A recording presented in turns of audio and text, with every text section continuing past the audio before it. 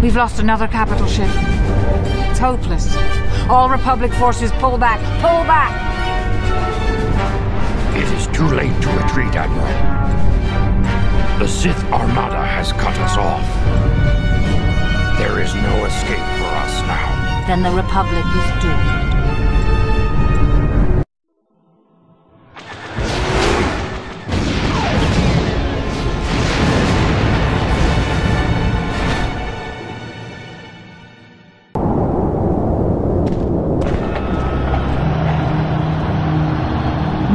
Is dead. All hail the return of Darth Revan, the true Lord of the Sith.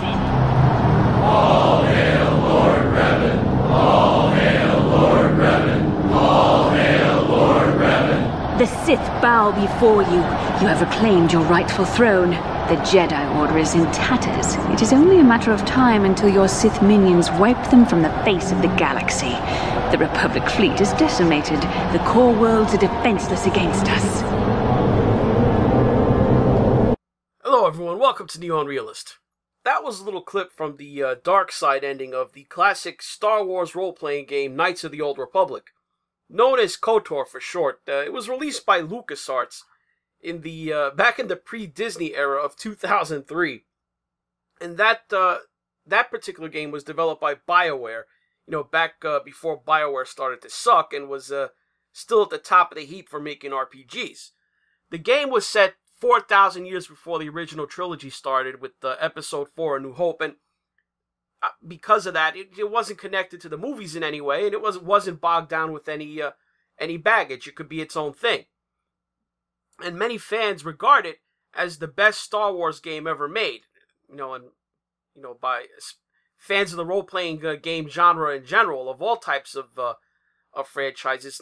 They think of it as one of the best RPGs ever made, period. So it often appears in lists of top 50 games or top 100 games of all time, that various video game journalism outlets put out. For example, IGN ranks it as the 27th best video game ever made. So in the game, you start off, you're playing the role of a soldier named, well, you don't have a name. You're just a guy who's a soldier for the Galactic Republic. You wake up aboard a Hammerhead-class capital ship named the Endar Spire, and you discover you're in the middle of a battle. You fight your way off the doomed space vessel, you crash land on the planet below named Taurus with one of your fellow survivors from the Endar Spire. Along the way, you meet up with a Jedi named Bastila Shan, who reveals to you that you're very strong with the Force, and then you all set out to so you can train to become a Jedi. And during your training, you investigate some ruins that you've had visions about. You discover a piece of a star map with clues to finding more pieces of the map that'll show you the location of something called the Star Forge. That a pair of fallen Jedi named Revan and Malak had searched for a few years earlier. And Malak, he's the primary villain of the game, and he's the leader of the Sith who are at war with the Republic. So naturally, you want to find out why was he looking for this Star Forge thing. And the Jedi Council charges you, the player, and your companions with finding the Star Forge. So you go off looking for the map pieces. So, without going into a longer discussion of the game and the plot, suffice it to say that by the end of it, in a plot twist for the ages, you discover that you were lied to, that you are in fact Revan, the Dark Lord of the Sith, who was the boss of the game's main villain, Malak. You got captured by the Jedi and had your memory erased, in the hopes of using you to defeat Malak by training you as an amnesiac to become a Jedi again.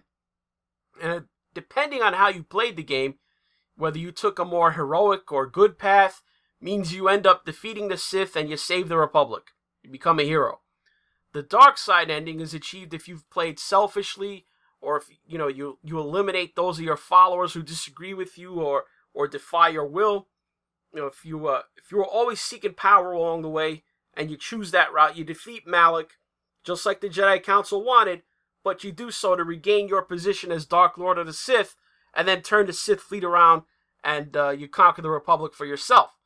Anyway, so that was the choices of endings. There was a sequel to the game called Knights of the Old Republic 2. It wasn't quite as good, but it was still well received. You play a different character in that one.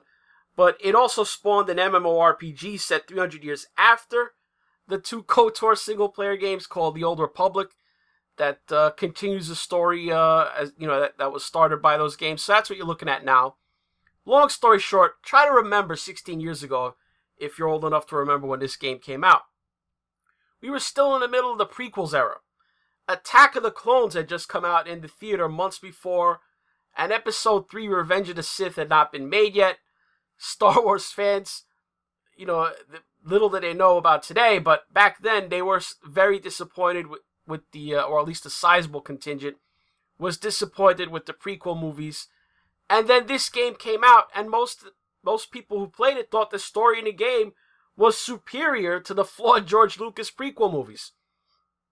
Now, until Disney came along and bought up the franchise, and we all know how that made things worse, but Knights of the Old Republic had strong support from fans who at that time, a lot of them were not satisfied with the prequel movies in the state of all things Star Wars.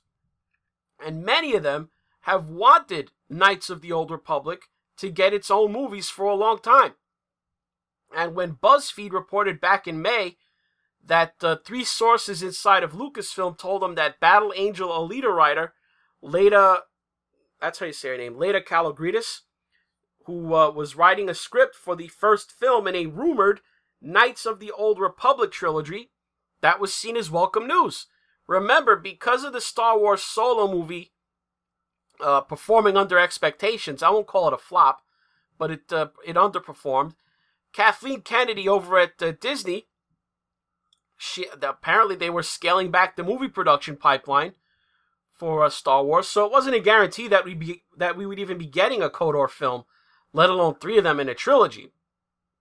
So, although Leda Calogridis is a woman, the fan reaction to her being attached to the project, it's been positive, because it's felt she did a great job with the Alita movie. She's got credits on stuff like Avatar. She's not a bad choice.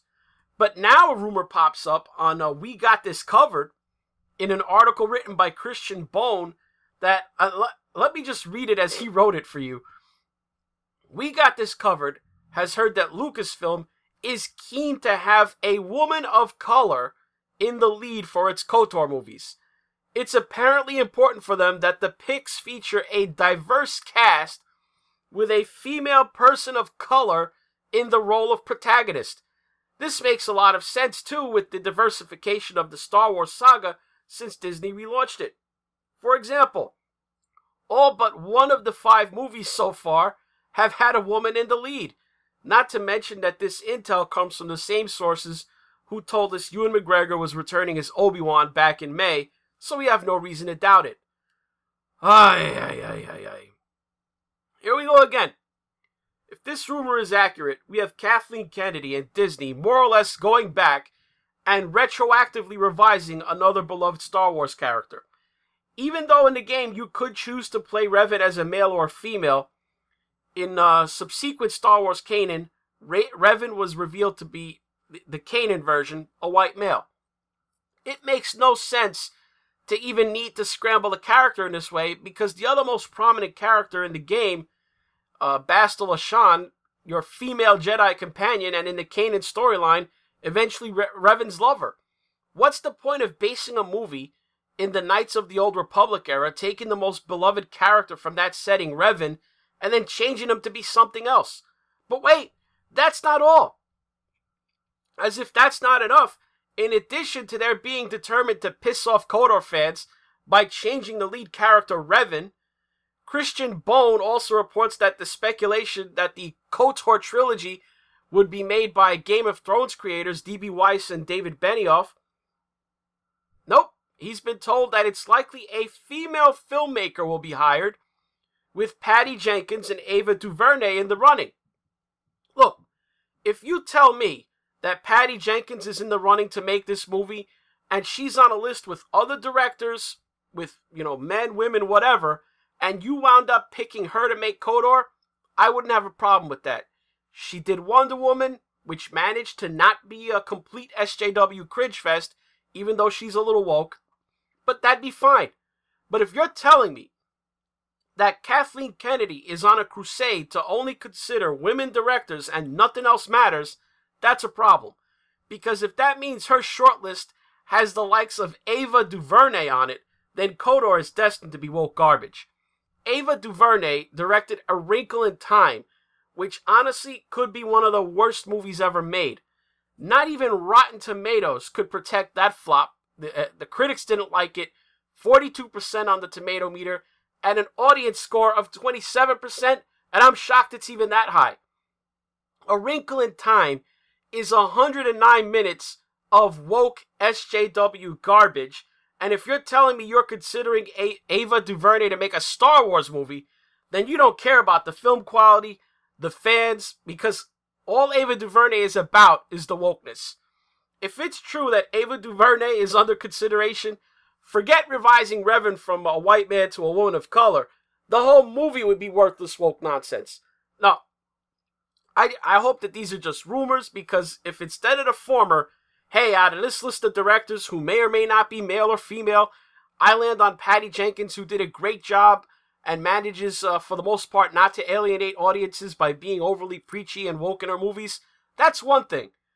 To have it where your concern is you have to have a woman direct the movie, and that you'd even consider, letting Ava Duvernay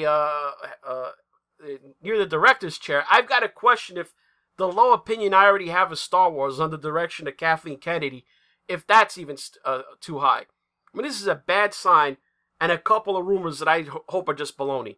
Because if you thought Rian Johnson's Last Jedi was the low point of Star Wars, with Admiral Purple Hair and Green Milk Luke, letting Ava Duvernay anywhere near the director's chair for a Star Wars movie would make The Last Jedi seem good in comparison. It's like they sit around and brainstorm how they could send an even bigger FU to the fans than they have already. That's all for this New Unrealist. If you want to help the channel, do me a favor. Hit like for this video, leave a comment below, mash down on the subscribe button if you've not already subbed to the channel, and click on the notification bell beside it. You put it on the all setting to keep up with newer content. If you want to contribute to the channel directly, toss your hard-earned dollars, your Republic credits into the tip jar. Follow the links below to Subscribe Star or PayPal. If you watch this on BitChute, you can just click on the green tip pledge button on the video player.